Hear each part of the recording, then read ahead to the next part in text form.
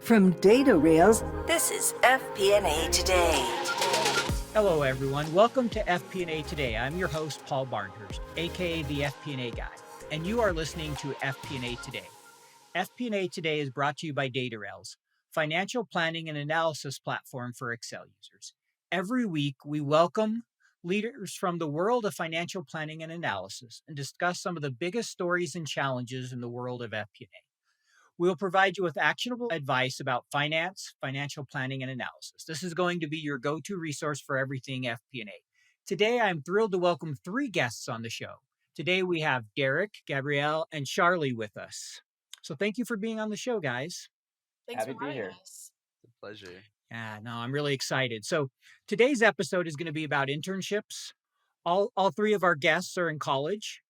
We have Gabriel, who is the University of Washington. He's doing a summer internship with American Express, going into his junior year. We have Derek, who just accepted a job with company Clientbook. Yep. Just recently, and he graduates in December. And then we have Charlee with us, who's doing an internship with Credit Suisse in New York in investment banking. And Derek and Charlee go to my alma mater, BYU. That's where I did my undergrad. And as I mentioned, Gabriel's at University of Washington. So maybe I want to give each of you just a minute to introduce yourself, tell a little bit about yourself. And we'll start with you, Gabriel, if you can just give us a little bit of an introduction, a little bit about your background. Absolutely. So my name is Gabriel Valentin Navarro, and I'm from Washington State. I was born and raised in Eastern Washington, but now I go to school at the University of Washington in Seattle, in Western Washington.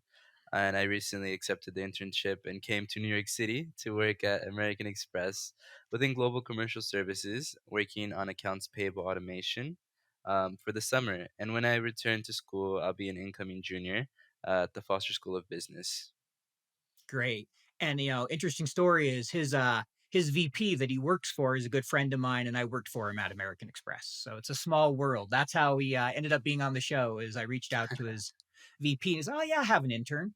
I'm like, great. Would he be interested? So small world. Derek, if you could go ahead and just give an introduction. Sure. My name is Derek Baker. I grew up in Houston, Texas, but I go to school at BYU, which is in Utah. I study finance there, and as you mentioned, I just recently accepted a full-time offer at Clientbook. They're a high-growth tech startup in Lehi, Utah, and I'm their first finance hire there. So that's been a really fun experience. I manage all of their investor reporting, financial modeling, forecasting, budgeting, all those things, and report to the CEO on all the finance processes. Do a little bit of everything. That's right. Wear a lot of hats. That's very true. A small company. Charlee, could you tell us a little bit about yourself? Yeah, happy to. So, I go to BYU. I am a rising senior. So this summer I've been interning at Credit Suisse in New York on their media and telecom team doing investment banking. And yeah, I mean, I met Derek, which is how I was introduced to the podcast. Because Derek and I had a couple of classes together this past semester. So definitely a small world in the BYU finance community for sure. No, yeah, it's amazing how small it is in college and classes and just in general, small world. So thank you, each of you, for that introduction. So maybe on this question, we'll start with you, Derek. Could you talk a little bit about what made you choose finance as a major? What do you like about finance? Sure. I actually don't really have like a strong reason why I chose finance. I went to BYU and I took a few business classes and I really liked my accounting and finance classes. And so I was deciding between accounting or finance after my freshman year and ultimately decided on finance because I really liked how finance was strategic. It's very forward looking. It's all about planning for the future and being prepared for different scenarios in the future that help the company to grow and reach their goals. Whereas accounting is a little bit more backwards looking, about reporting. And that just wasn't as interesting to me. So why I chose finance is simply because I really like the strategy behind finance and the impact that it has on an organization. Those are great answers. And those are some of the things I love about finance and about FP&A. I didn't do finance till I was an MBA student. So undergrad, I did entrepreneurship, actually. Charlee, can you talk a little bit about what made you choose finance? Yeah, for sure. So, it actually, I think, dates a little bit back to when I was in high school. I did speech and debate, and it kind of got me like thinking about just what jobs I'd be interested in from like a pretty young age. And I went to like nationals as a sophomore and junior, and um, my junior year, I was introduced to McKinsey, the like consulting firm. Mhm. at that like debate tournament, and I was like very intrigued. And the people who were representing McKinsey there were very nice, and they were like, "We love debaters. We found that like a lot of your skills translate well to consulting.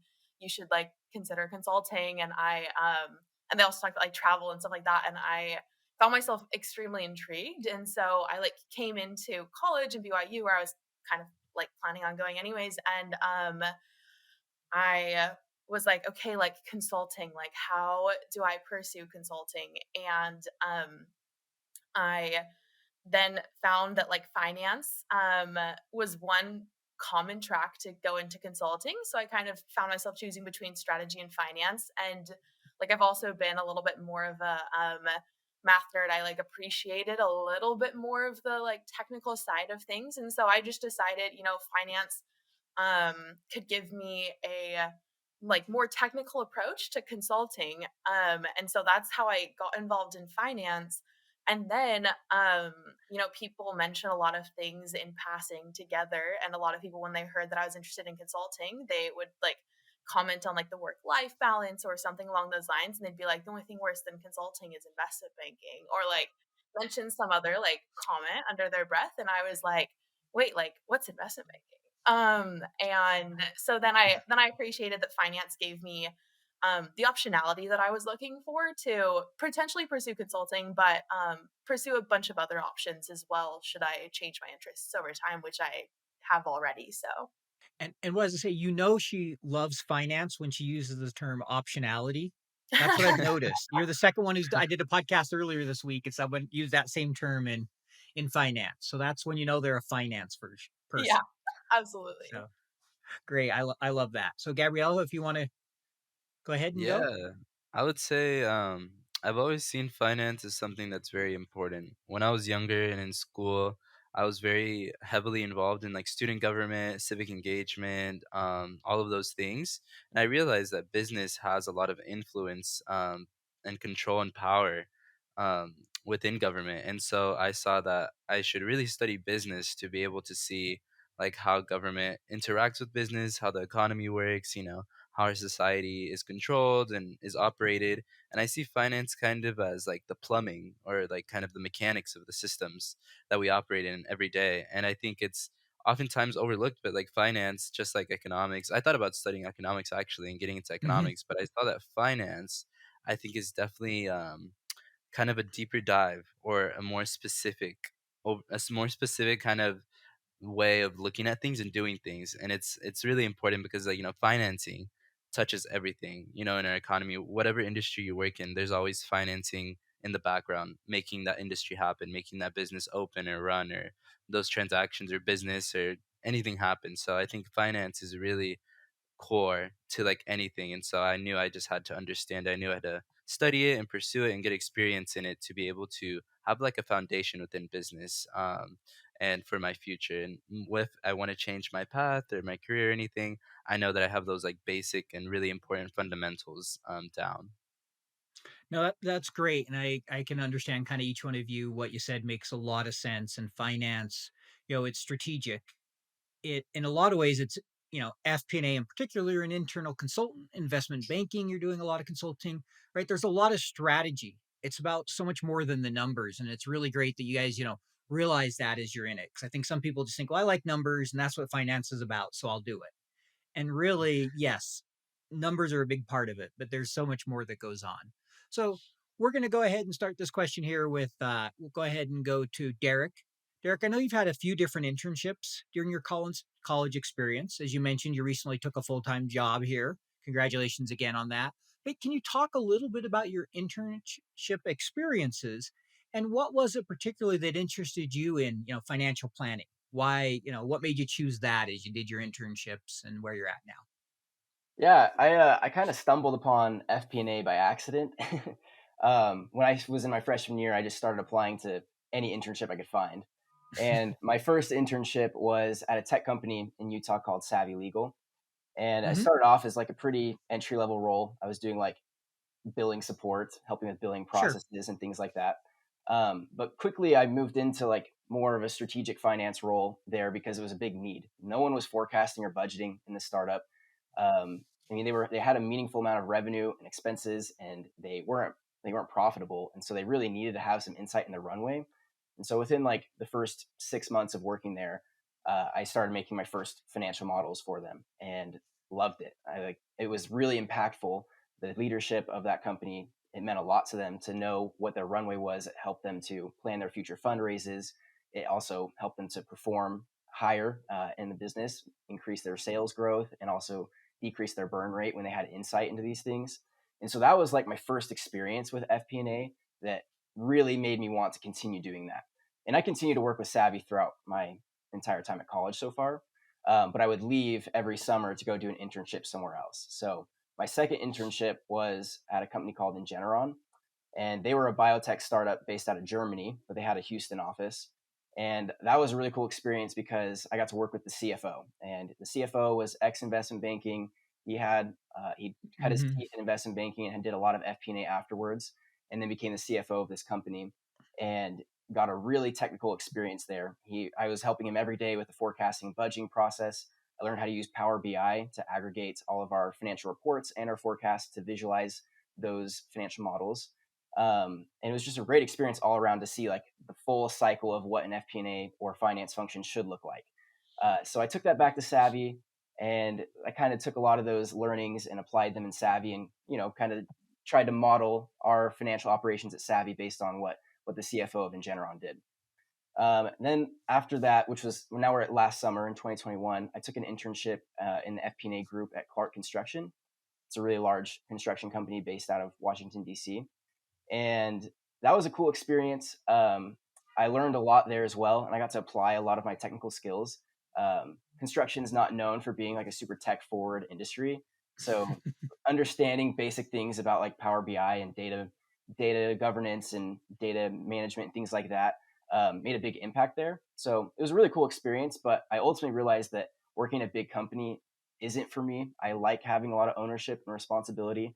I like knowing everything that's going on in a business, and you just don't get that as much in a large company. And so I came back and I started working with startups again. I eventually started a little startup. It was like a finance tool for startups, and I won't go into too much detail here because data rails will censor me. But but it was a cool experience. One of my first customers was Clientbook, and although that startup ultimately failed, Clientbook became my employer now. So they really liked the work that I did for them. I did a lot of consulting for them on their finance processes, and after that startup failed, I took a full-time job with them, and that's where I'm at today. Great. No, thanks for sharing that experience. And I know we've talked a little bit about that and some of your experience, done lunch and some things. And I think you've had a lot of great experience there. So thank you for sharing that. Gabrielle, could you talk a little bit about how you found your internship, what interested you in American Express, and just how your experience has been this summer? Yeah, so this is actually my second internship. My first internship was at Expedia in Seattle, and I found that on Handshake, which is similar to, like LinkedIn. It's just for colleges and universities. And so this year I took the same approach, and I was like, well, it worked for me last time applying on Handshake. So I applied on Handshake again this past fall. For a bunch of internships, and this one specifically, American Express, really stood out to me because I kind of saw like the way the company was structured, the way their like departments or business units as they call them were laid out, and I really liked like what was going on there, like the titles and the functions and stuff like that. And so when I applied, I was very like hopeful, and I was really excited and grateful to get the internship offer. But it's been growing great, yeah, definitely. I think there's so much that I've learned coming out to New York City. It's I mean, like just number one, like a big culture shock from the West Coast. And moving into the city, and like I feel like as an intern, I mean, I feel like I look much older. I don't look like a very like young person or an intern, so I feel like any other worker in the office building. So I definitely feel like I'm almost working there full time or something. So I feel like I'm getting the real experience. It's really been great. Great. And can you talk a little bit about maybe what they have you doing or what you've learned kind of from your projects? Absolutely. So this summer, my project is on accounts payable automation. So I'm working on automating accounts payable. And most of all, I think the biggest thing about the project is we're conducting a profitability analysis. So we're analyzing how profitable this project is, accounts payable automation. I think what's been the biggest surprise to me is thinking and knowing and realizing that companies have been still using paper. Like, I mean, like, it's like 2022, and I think everyone's using computers and phones and software and technology. Like, no, there's still people writing checks, printing checks, cashing checks. It's a very like Mm-hmm. outdated process, and the fact that it's so prevalent is was shocking to me. I thought it was already automated, and no, like, so I guess coming into it, it's like I feel kind of like I'm pioneering, or I'm a pioneer. This project is very pioneering in that, we're finally actually becoming high tech and moving away from paper, and going into the future, something I thought already happened but I guess is not. And so that's what I've been working on this summer, is um doing that profitability analysis on how that project is going, since it's only a few years old, but the growth rate has been like tremendous. Like, when it first started, American Express would offer this, it's a software as a service. So they would offer Mm-hmm. this software to the merchants they already work with, to process their accounts payable systems through them. And at first it was very, very small, but now it's grown like 10 times in the span of a couple years. So the project is very important in the company. Sure. No, that's great, and it's great you're getting visibility. And as you mentioned, the technical of things not being digital, right? I mean, I think we talk about. I know all of you are Gen Z, and one of the things is people talk about is really it's the first generation that's all digitally native. When I grew up, Hmm. I didn't have a computer till I was either junior high or I think freshman year of high school. I was about 14, and didn't even, Hmm. the internet didn't come about till I went to college. There were some bulletin boards. I dial up on my phone. It was 2400 was called the speed, and you'd wait 5 minutes and you'd hear the ringtones for it to log on to the internet. So yeah, I'll date myself a little bit. Very different from the world you guys have grown up in, and that my daughter grows up in. So, but along those lines, Charlie, can you talk a little bit about your internship? I know you're doing an internship right now. You're just kind of wrapping up here in the next couple weeks with Credit Suisse and investment banking. So maybe talk a little bit about that experience and kind of how you found it and how you've liked it. Yeah, absolutely. So, BYU, I think similar to a lot of colleges, has some pretty prevalent business societies. So considering that I was like interested in consulting and investment banking, both of those I knew were kind of difficult to recruit into. So I got fairly involved in the relevant business societies at BYU. So for consulting, that was like the Business Strategy Society, and then for investment banking, that fell under the Finance Society. And they had like specifically an investment banking association that would like have weekly meetings, meet with students to like help with like resume prep, and also just like gathering information about the recruiting process and technical skills that you might need to know and have an understanding of. So I got like pretty involved with them fairly early on, but was also like had my hands in a variety of places and was looking at like different options along the way.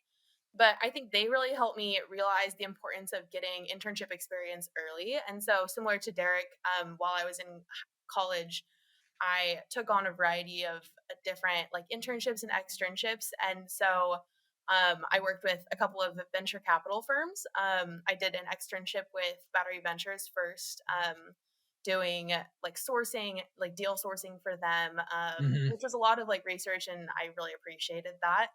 And then I switched to the University Growth Fund, which is a student run venture capital firm based in Salt Lake City, Utah. And I really, really enjoyed that experience. And that's where I got a little bit more exposure to financial modeling, and also like making projections for companies, and still kept like a lot of the strategy things involved as well. But I think those two experiences, um, along with working at a like tech company, just doing sales in Utah called Closed, which was like a startup and gave me some of that like startup exposure as well. Those three things gave me a lot of really good experience on my resume. And so then I took that experience and did a round of investment banking recruiting, and Credit Suisse is kind of like where I ended up.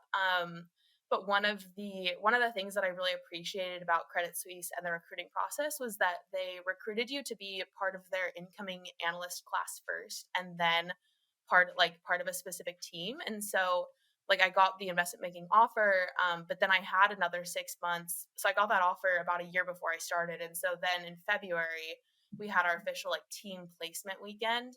Hmm. Um, and that let me like recruit specifically for the media and telecom team, which I might have not otherwise had connections to get into. And so that's kind of how I ended up with the internship that I have now. Great. No, thank you for sharing. I think, that's one thing I can say. I didn't do an internship in undergrad. I did one in grad school, and that was one of my regrets. I kind of worked every summer, just different things to raise money, but didn't do a real kind of formal internship. So I think that's great that you're all doing them. That's one of the biggest things I recommend to people when they ask me kind of for advice in college. So speaking of that, we're going to start with you, Charlee. What advice would you offer to, incoming students as they're looking for an internship? What advice would you give them?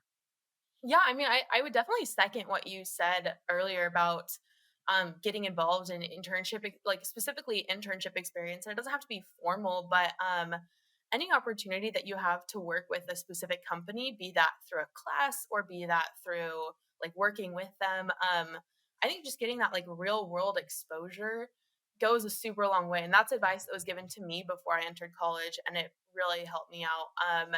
And then I think that the other piece of advice that I would maybe offer up myself is just be yourself. Like, if you're interested in something, go for it. And if you're not interested, don't go for it. I have absolutely loved my life this summer. And I think a lot of that joy has come from the fact that the companies that I'm working with are media and telecom companies. And I like absolutely love media and telecom companies.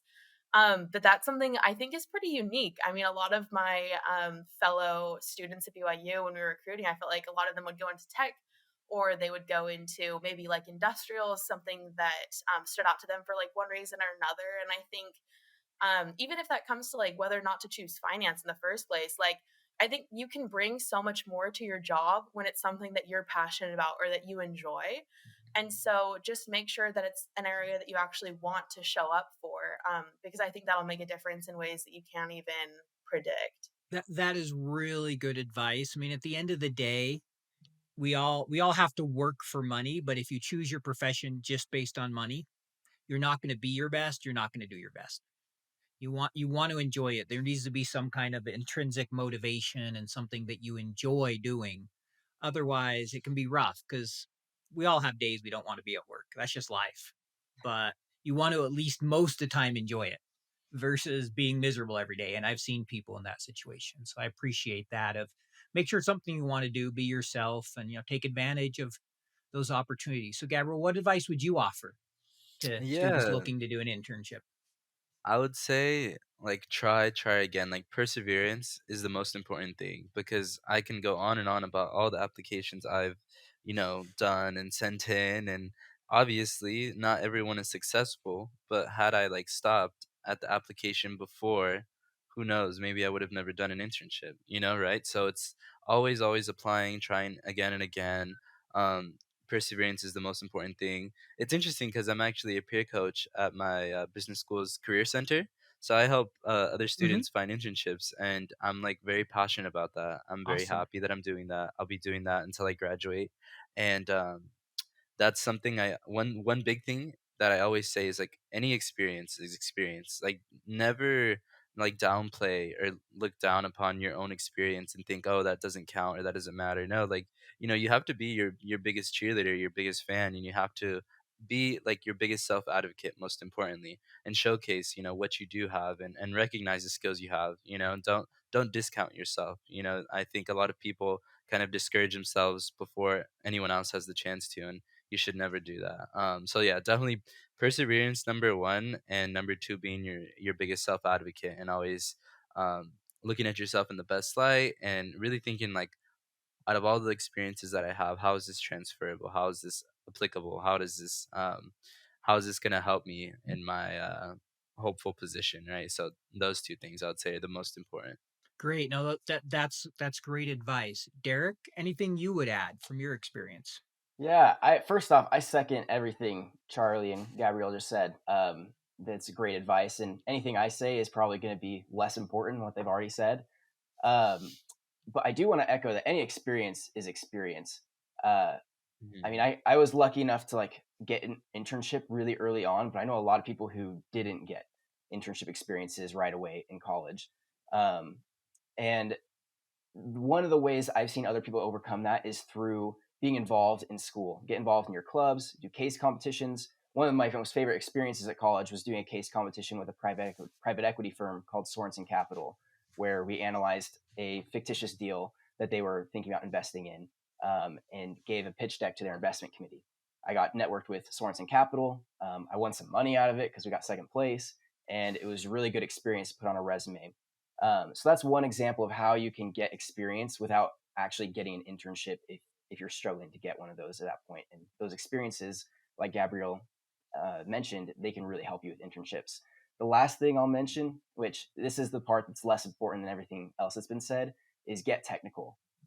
Every interview I've had has had a technical component to it, and the best interviews I've had are when I've actually taught the interviewer something.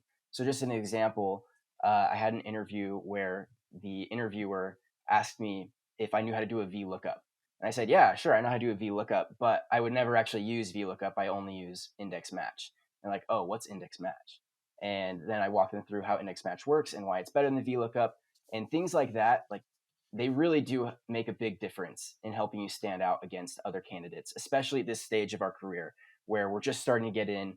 They don't want to have to teach us a lot of things. They want to know that we're competent to do the technical side of things. And then all of the soft skills and the leadership experience kind of comes naturally as you move up in your career. So I would say get technical is a really important aspect of interviewing for finance jobs specifically. Thank you. A lot of a great advice there. Appreciate each of them. And on the technical side, what I like to say is technical skills typically get you your first job. The soft skills are what get you promoted as you go through your career. So it's really important you start out with that technical foundation and that you can build from it. The other thing I would add, kind of what I always said, is just take advantage of networking. Something I didn't do well in undergrad. I didn't do any internships. I struggled to get a job, and I've learned now I really have, built out my network, and I've got job offers from that. I really learned in grad school the importance of that. So I think it's great that you're taking advantage of that while you're in undergrad. So moving on here, I have a question for you, Charlee. I know you chose investment banking versus, the other two we have here, corporate finance, kind of FP&A. What exactly made you decide to go, investment banking versus kind of the corporate finance route for an internship and as you're kind of starting your career? Yeah, I know I've talked about this a little bit offline, but I've definitely kept my eyes open for FP&A. I have considered going into corporate finance in the past. I think like my dream company, I used to say, would be to like work for Disney, and like to a certain extent, I think that that's still true, and that that speaks to the genuine interest that I have in the media and telecom space. But I definitely was very aware though, like Disney, for example, has a big FP&A team. A lot Mm-hmm. of companies do. Like it's a very common path that students will go, and I was like very aware that it existed. But I think kind of speaking to like the word that I threw out earlier, I just appreciated the optionality that investment banking brought. Like, I think that's what attracted me to consulting as well when I was first talking with that McKinsey recruiter once upon a time. And that is just that I wanted to keep as many doors open for as long as possible as I could, and then be very intentional about the doors that I was closing when I was closing them. And I think that that's something that investment banking has allowed me to do. I think that kind of similar to like the former or the CFO that Derek had the prior experience of working with. Like I would love to maybe go the like investment banking FP&A like CFO route. Like who knows what my future could hold. But I just appreciated that the experience that investment banking could give me to either stay in investment banking, move to venture capital and private equity, or potentially pursue a more corporate finance route down the road. No, that makes a lot of sense, and it really is. It opens a lot of doors. You get some great skills. One of my favorite bosses came from the investment banking. He actually did engineering for undergrad, went back to grad school, did investment banking, and then got into a lot of corp dev, then moved into FP&A, and now he's a CFO. So, very much kind of what you're talking about. He took, a very similar route outside of, he started in engineering and then switched to finance with grad school. I considered doing investment banking out of grad school, but I graduated in 2008. If you guys remember that time, that was not the time to be looking for a job in investment banking with no experience. So needless to say, nobody hired me. Go figure. Plus, I wasn't really at it. I didn't plan on doing finance originally for grad school, and I was not at an investment banking school. So none of the banks came to our school as well. But that's a separate story. And then I ended up in FP&A, and I've loved it, and it's been great. You know what it is like. 13 different spreadsheets emailed out to 23 different budget holders. Multiple iterations, version control, errors, back and forth updates. You never really feel in control of the consolidation and collection process. Yep, I've been there. Stop, breathe. DataRels is the financial planning and analysis platform for Excel users. DataRels takes data from all your company's disparate sources. No organization is too complex, consolidating everything into one place, secured in the cloud. Now all your data finally talking to each other. Everything is automated back into your report in Excel. Cash flow, FX conversion, intercompany transactions, now automated and up to date.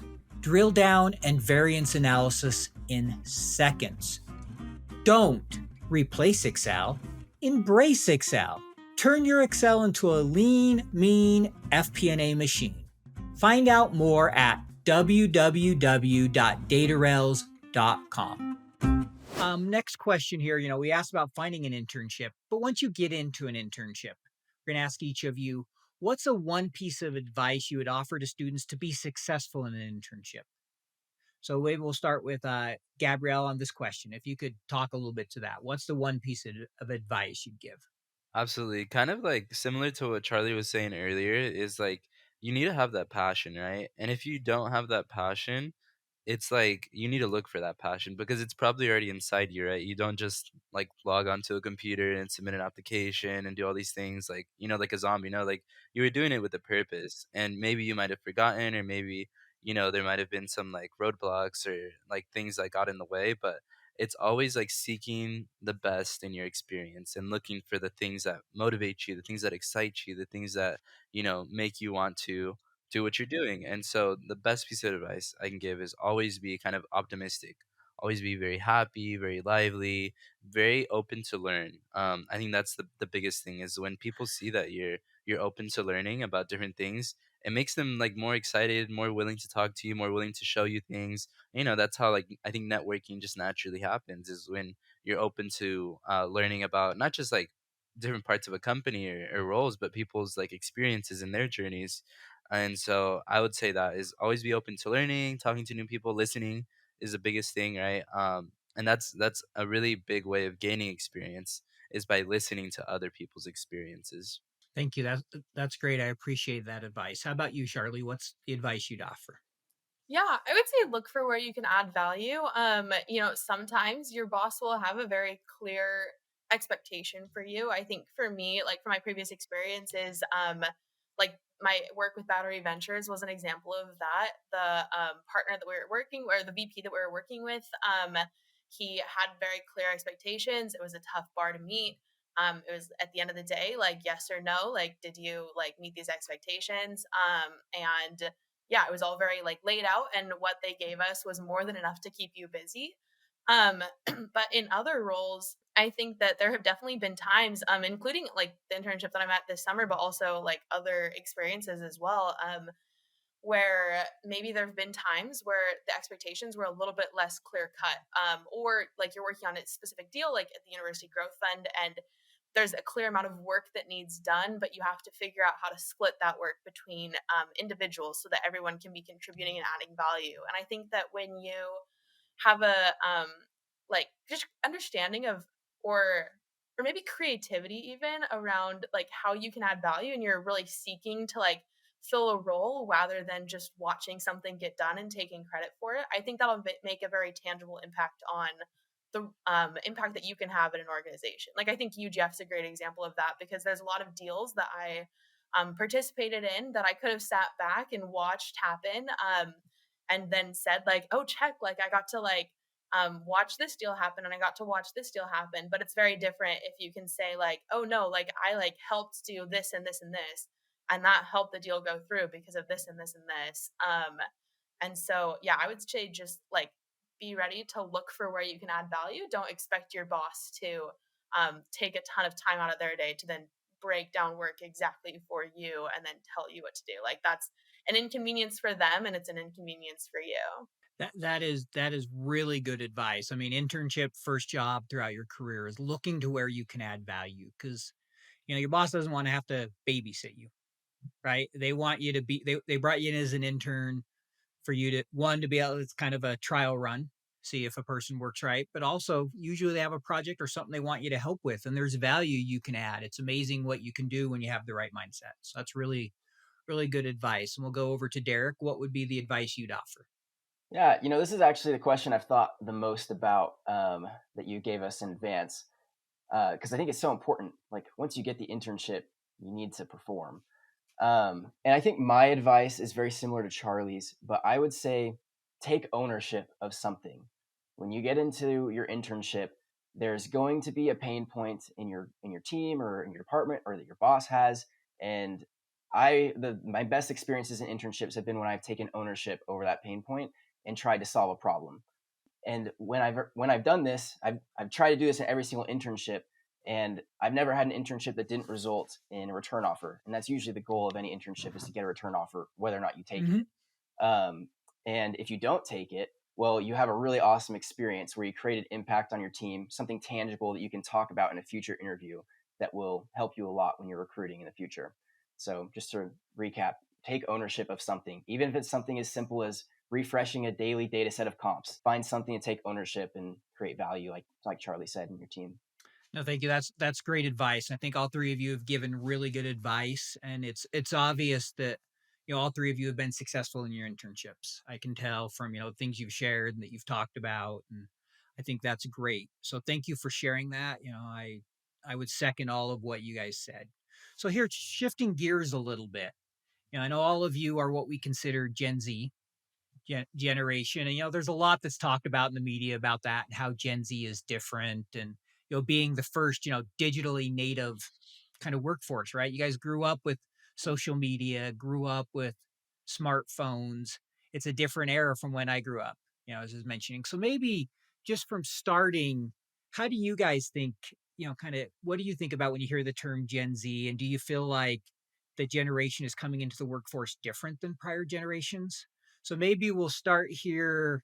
We'll go with Derek first on this question. If you could maybe talk a little bit to this one. I do feel like Gen Z is different. There's a lot of reasons why Gen Z is different. We care a lot about values and purposes of a company and feeling like that we're part of something bigger than ourselves. We're not just here to make a paycheck. We're here to make a difference in the world. And that's like a big blanket statement. I mean, not everyone's going to be just like that or find as much purpose in being part of a company that has a grand mission. But I think that is something that's a general theme that I've seen across my Gen Z peers, is they want to feel like they're a part of something bigger than themselves. Um, the other thing that you mentioned earlier in the podcast is that Gen Z doesn't like manual processes. And I actually think that's a superpower. That's a superpower of Gen Z. And I think that's something that we all need to lean into and that employers need to value highly, is that we do not want to do manual stuff, because we know it's inefficient. We know it's not a good use of our time. And we often have a lot of ideas to make things better and more efficient and automated. Just looking back at some of my internships, like in the construction industry, I'm really grateful that that company I worked for was willing to take my ideas and implement some of them, because the FP&A team still uses some of the things that I built for them to automate some of their reporting and things like that. And I still get messages from members of the FP&A team saying, wow, we just use this Power BI report and it makes my life so much easier. So I think it's something that companies and Gen Z need to lean into, that we don't want to do manual work. And it's not because we're lazy, it's because we know there's a better way, and we know that we can create more value if we offload some of these manual processes and automate them. Great. No, I appreciate that. And I think, there's two things I took away there from that is one, just the importance of feeling like you're making a difference. It's kind of a change in that, you think, from Gen Z in general to what we've seen in prior generations. And the second is a real focus on wanting to be able to automate, not tolerating manual processes, that there's more frustration and less acceptance of that, having grown up in a kind of digitally first generation. So, Gabriel, I'll throw that question over to you. When you kind of, think about Gen Z and the things you hear and what they say about the workplace, how do you think about that? And what do you think's maybe different about your generation? Oh my gosh. Gen Z is so different because like when I started my first internship last year, I was expecting, to start in a corporate office, 9 to 5, Monday through Friday. Everybody's dressed up, everybody's there. No, like, it was hybrid. So my first professional experience was in a hybrid setting. And so that was just very, very different from me growing up for almost 20 years and thinking how my career would look. I definitely did not expect that's how my career would start and that's how the workplace would look like. But here we are. The workplace is going to be hybrid, I'm sure. Like that's what Gen Z wants. We love flexibility. We love to have that option because it's something that's like never been kind of a thing before. And now that we do have it as an option, whether or not some of us take it or not, I think it's really important. And the fact that we want to keep that, we want to keep innovating not just with like the workplace environment and the schedule, but also once again going back to automation. Very, very important. Like I hate tedious work. And that's one thing about finance that about finance that like I don't like. And so anytime I encounter that, it's like, how can I make this not tedious? How can I automate this? How can I find a better process to like save hours in my day, help my team, help the company, et cetera, rather than being like, okay, I'm just gonna plow through it. It's that reluctance to like do business as usual and do the same old. And so I'm very proud of that. Just like Derek was saying, that we want to change things up in that space for sure. And I think lastly, something around like transparency, especially pay transparency. I think it's very important that everyone talks about how much they're making and kind of like the hierarchy, promotion structures, because I think it really helps inequality. It helps closing the gaps just as much as we care about helping the world, we should care about like helping each other, as workers. And that's something I think that perhaps previous generations didn't care about. But I hope that our generation truly takes to heart and cares about more is that it's not about just like promoting and moving up a ladder, but once you do move up, it's like how are you treating the people that you're managing? Do they feel like they're being fairly compensated? Do you feel like you're being fairly compensated?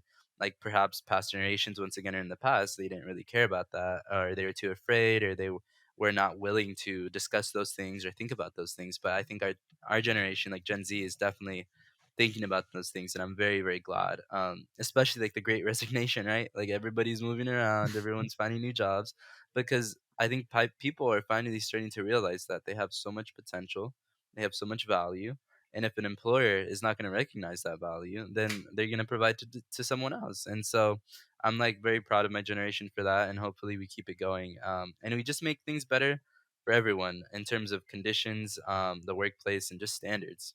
And thank you. There's a great answer there. And I loved, talking about making the workplace better for people. You mentioned Mhm. also the great resignation, and I can definitely relate to that, having left one job and then a second during that whole COVID period to start my own business, Mhm. beginning of this year. And so it's really true. You see a lot of those things and some great stuff there. Charlie, what's your thoughts on the question? Yeah, I honestly think I would kind of follow in a similar direction as what Gabriel said, but maybe take it a little bit of a step in a different direction around like pay transparency. I think that there's actually like an increased amount of transparency in a lot of things that has come from the digital native age. I think that one of the great things about the internet is that it allows individuals to find communities that they might not otherwise find in their physical community. And I think that that's led to much stronger communities around mental health awareness. I think it's led to much stronger communities around a variety of like illnesses, be that physical or mental, and as well as like a variety of interests and also variety of life goals too. And so I think that that's led to um, a lot of mental health awareness within companies, a lot of parental leave awareness within companies, and just other benefits that I think really put the lives of employees first. And, like to a certain extent, I think employers are becoming a lot better about recognizing that and taking those initiatives. But I think that Gen Z individuals are a lot better about seeking out some of those initiatives for themselves. I think mental health awareness is a huge thing, like your employer can have things available to you, but for an individual to go and seek out help, that still has to be an individual decision. And I think that Gen Z individuals are very willing to make that decision. I think a lot of people maybe already have or did in high school or whatever, but I think that that's leading to a larger number of people who are really willing and ready to bring their best selves to the workplace because they are taking care of themselves at home before they show up. Thank you. And I love that you touched on mental health. That's something I'm very passionate about. I've had, a lot of family and friends that have dealt with mental health issues. I'm very open about it because I think we need to remove that stigma. And so I'm really excited to hear that. One of my favorite episode I've done on FP&A today was one we did on mental health. We discussed it. We discussed it in finance. We discussed burnout because it can be a lot of long hours. Times it can be very demanding. And it's really important that we eliminate that stigma and that we recognize that, health is health. If someone breaks their arm, they go to the doctor, they get taken care of. If something's going on with your brain, get the help you need to take care of it. And the work needs to understand that.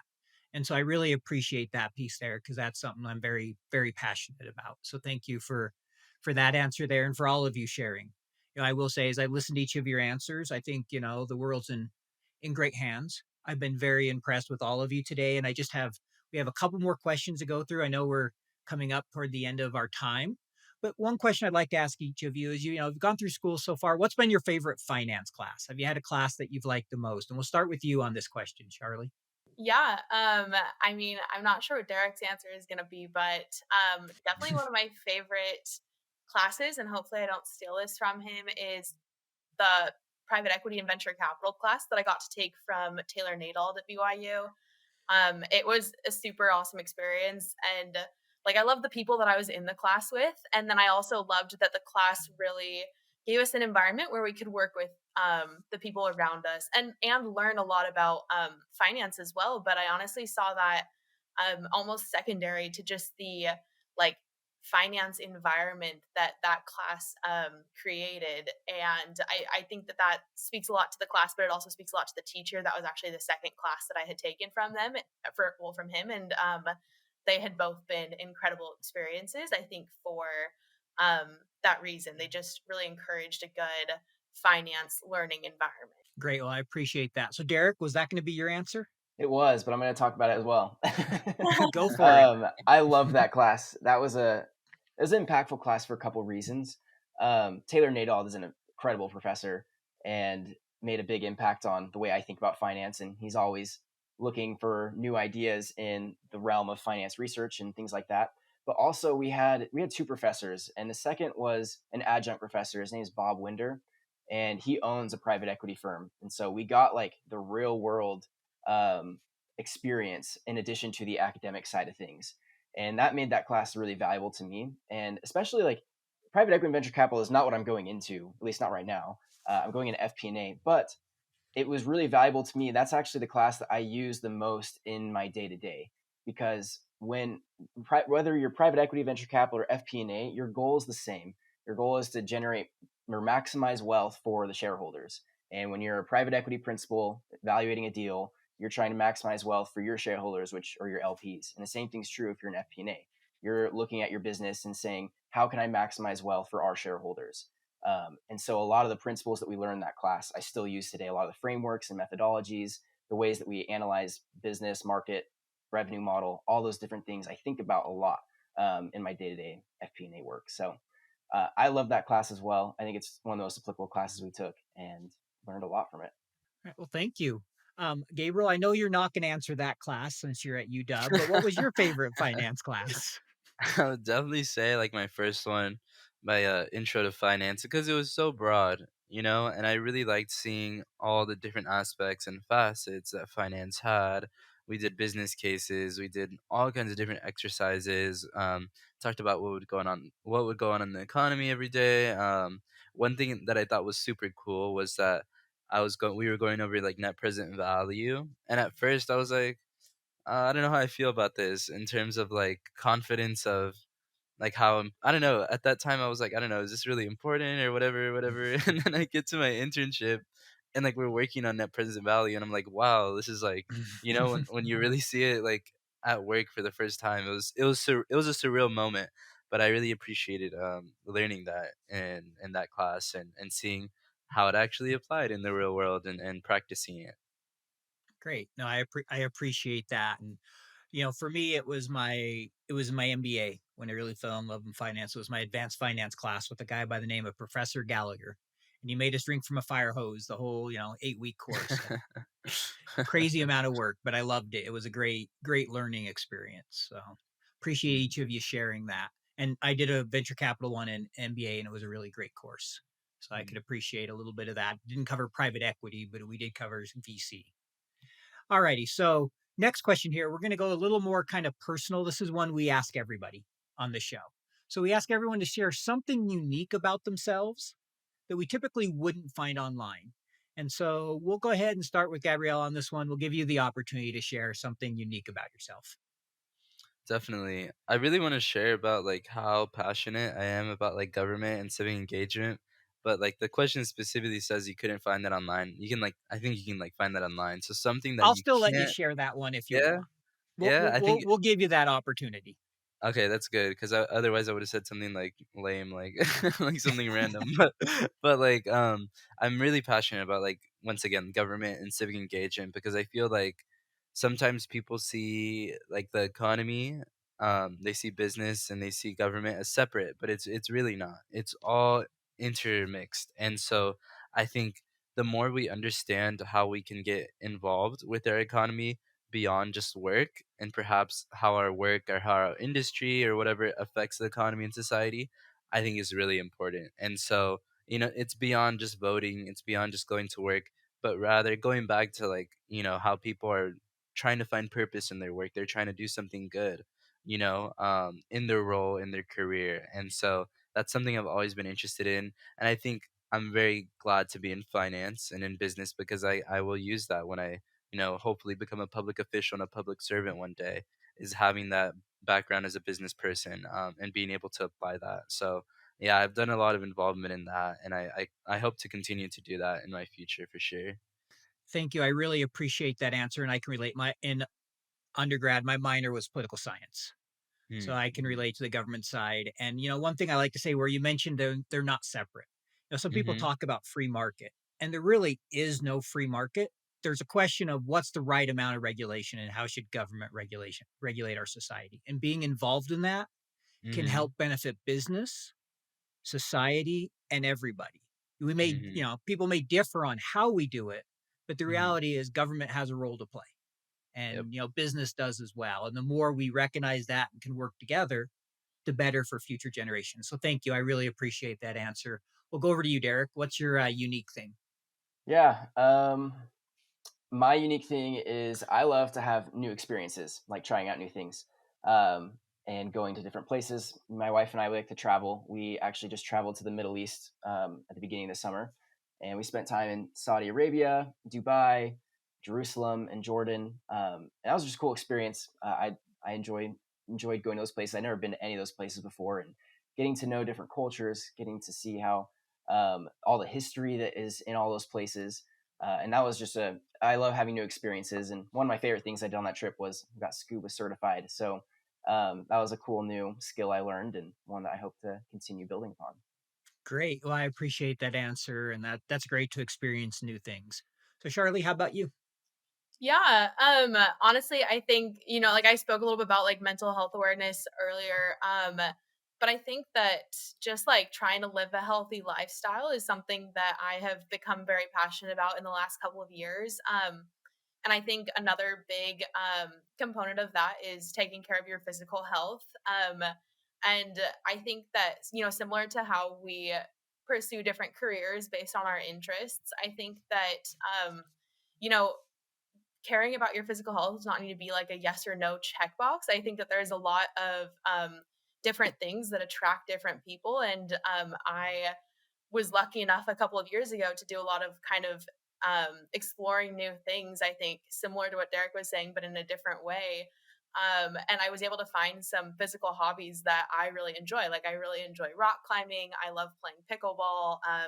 I love being in the water, like just diving into waves or body surfing, or hopefully one of these days I'll try surfing. I tried it once in Hawaii, and probably got to my knees, and that was about it as far as success standing up on a board. So can't say that I'm like a professional surfer yet, but I think that there's a lot of positive experiences that I've had with prioritizing my physical health, and those are some of the hobbies that I have really come to enjoy.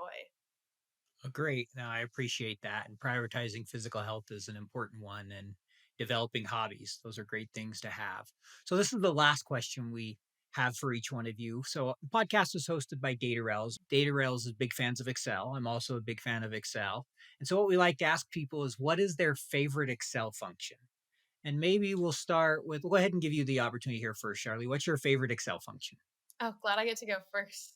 um, I wouldn't want somebody to like take mine and then I'd be like, oh my gosh, what? Probably mine is like, I mean, maybe it's basic, but the offset function, just enabling you to kind of choose different cases. I think that there's so much power that comes with that. Um, like, yeah, it takes like a static Excel sheet and means that you can suddenly like let your creativity go out the window. Like just like put the Excel sheet through the roof. And so, yeah, I have a lot of appreciation for the offset function. I probably use it more than anything else. That's a great function, and there's a lot of things you can do with it. Thank you for sharing that one. Gabriel, what's your favorite? Mine, it's a Control Alt V, because I feel like with that function, I think if you don't know that function, you think there's only one way to pay something. But once you get Control Alt V, you get like this like task manager pulls up like 10 ways to paste it, and it's so helpful. It's so helpful because like if you didn't, you'd be like, oh, how am I gonna? It's the greatest shortcut. Just like go find it, go practice it. I barely like discovered it like 2 days ago, so it's my favorite. Yes, bringing up Pace Special. Alt ES will also do that as well. So Mm. that's another way you can do that one. I'm a big fan of the Pace Special menu. I use it all the time. So Yeah, I'm also a yeah. big fan of offset. So those are two great ones. All right, Derek, your turn. Yeah, it's hard to pick just one, but I'd say the one that I'm always excited to use that I don't get to use very often because it's a little more complex are array formulas, where you can do a lot of custom logic um, and like custom sums or counts.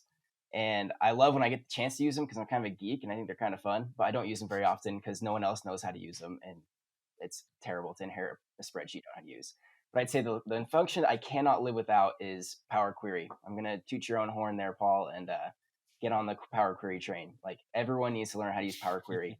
It's the best tool for automating data, data wrangling, data cleansing, all that stuff. So every spreadsheet that I use external data for uses Power Query. So you'll laugh at this one. We had episode we released last week's episode. The lady gave Power Query as well, but in her answer, she said the heavens parted and the angels came down when I learned about Power Query. So you'll have to listen to that. It was pretty funny. And I was like, really? It's like, yes, and puppies and rainbows. So there you go. It definitely made me laugh. Well, I've really enjoyed the time with you guys today. I appreciate you carving out some of your Saturday.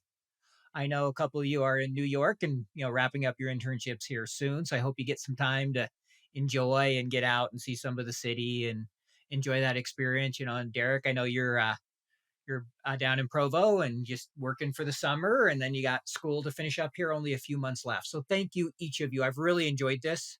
And, I just want to say that I've been super impressed with each one of you. I think our future is in good hands. I'm confident you guys will all do great things in the finance realm. And, hopefully I'll get the opportunity to have our, paths cross again. And if I can ever be of help to you guys, you can always reach out to me. So thank you so much for being on the show. I've really enjoyed it. Thank you, Paul. Thank you.